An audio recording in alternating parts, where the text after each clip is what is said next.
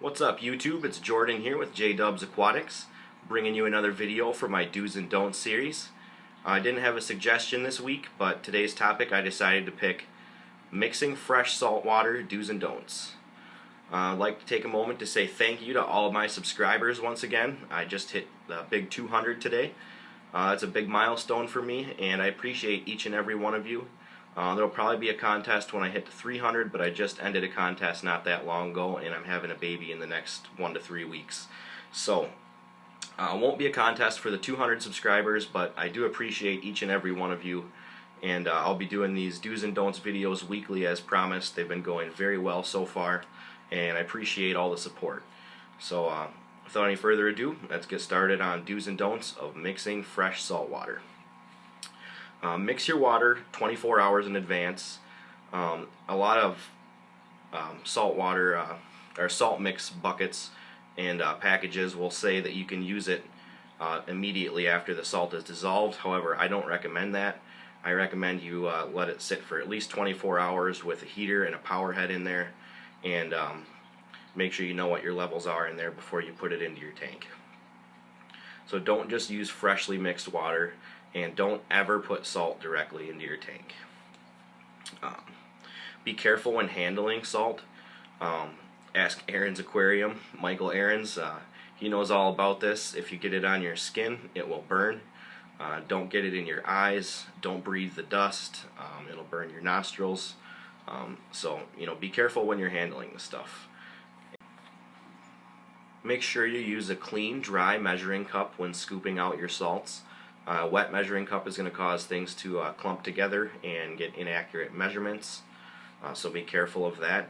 And also, after using your scoop, I see a lot of people that use it to stir their salt, which is fine, but make sure you dry it off before throwing it back into your salt bucket, because that'll also cause them to clump together and start getting some inaccurate measurements when you're scooping your salts out. So be careful of that as well. Always test the levels of your freshly mixed salt water after 24 hours, that is. What I usually like to do is I'll find out the amount that I'm going to be doing. I usually do a 5-gallon water change. So I took 5 gallons of fresh water and mixed in my recommended amount of salt for that, and tested the salinity. And once I get the salinity right, which for me that's 1.025 is what I'm aiming for. So I get the salinity right, and then I check all my other levels. Meaning calcium, alkalinity, pH, check the temperature, and magnesium levels. And these are all the things that are going to be swinging up and down if you don't maintain them. So you need to check these things at least once to know what they're going to be at in a freshly mixed bucket of salt water. And from then on, you'll be able to test your water, make sure you get it to the 1.025 or whatever exactly it is that you're aiming for specifically. Get it to that level, and you'll know what the other levels are going to be close. And if you really want to be sure, you can mix up 3 or 4 5-gallon buckets at a time and let them all run for 24 hours and test each one and take the average of all 3, and I'm sure they're going to be very close if you get the salinity correct in them. Because all of those levels depend on how much salt you're actually putting in there. So if you get the salt amount right, all the other levels should be good with it. So I always test my salinity and temperature at least, since I know what my freshly mixed salt water levels are going to be. Slowly, whenever you go to do your water change, do it slowly. Don't just go dump the whole bucket directly in there. Do it at least somewhat slowly.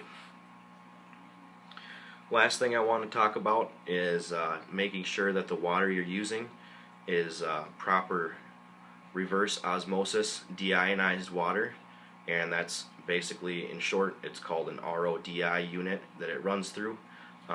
It runs off tap water, well water, whatever, but it removes all of the dissolved solids, and the one that I use has a built-in TDS meter, which is total dissolved solids, and your total dissolved solids needs to be 0 parts per million when it comes off the filter.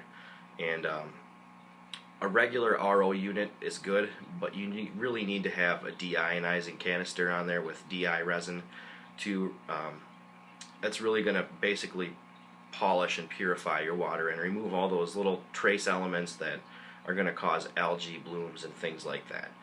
So that's it for my episode of Do's and Don'ts today. I hope this helps a few of you guys out. I appreciate your feedback every time.